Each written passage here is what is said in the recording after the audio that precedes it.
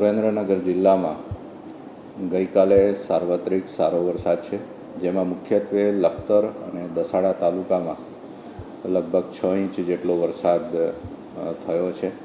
બાકીના તાલુકાઓમાં સામાન્ય વરસાદ છે. કુલ જોઈએ તો પણ લખતર અને દસાડામાં 300 mm ઉપર વરસાદ થયો છે, જ્યારે સૌથી ઓછો વરસાદ આપણને ધાંગધ્રા અને થાનગઢ તાલુકામાં છે, પણ એ તાલુકામાં પણ કુલ 5 ઇંચથી વધુ વરસાદ નોંધાયો છે. ગઈકાલે અમારી સમગ્ર ટીમો, તમામ મામલતદારશ્રીઓ, તમામ તાલુકા વિકાસ અધિકારીશ્રીઓ અને પ્રાંત અધિકારીશ્રીઓ હેડક્વાર્ટરમાં હાજર રહ્યા છે અને આજે પણ તેમજ શનિ રવિની રજામાં પણ દરેક અધિકારીશ્રીને હેડક્વાર્ટરમાં હાજર રહેવાની સૂચના આપી છે.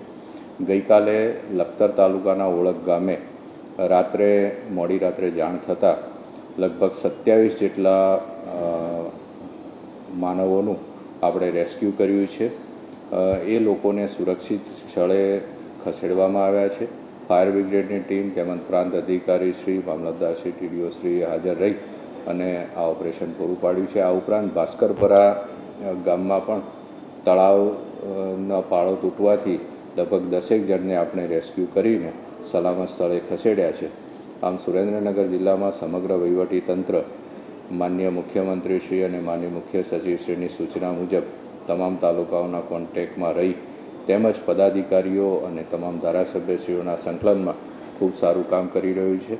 અત્યારે આપને જણાવું તો આરએનબીના મોટા 3 રોડ આપણે બંધ કર્યા છે, તેમજ પંચાયતના 10 રોડ કે જ્યાં કોઝવે ઉપરથી પાણી જઈ રહ્યું છે તે સલામતીના ભાગરૂપે બંધ કરવામાં આવ્યા છે.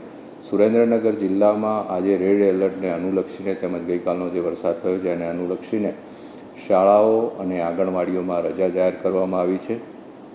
આ સાથે તમામ લોકોને અપીલ કરું છું કે નીચાણવાળા વિસ્તારમાંથી ખસી જવા માટે તેમજ દરેક પોતાની જાતની સલામતી રાખે અને આજુબાજુવાળાને પણ આપણે મદદ કરીએ. તેમજ કોઈપણ પરિસ્થિતિમાં તાલુકા ડિઝાસ્ટર કંટ્રોલ રૂમ કાર્યરત છે, એમનો કે જિલ્લાના કંટ્રોલ રૂમનો સંપર્ક કરવાથી અમે તાત્કાલિક અસરથી એમને મદદ પહોંચાડવાની પૂરી કોશિશ કરીશું.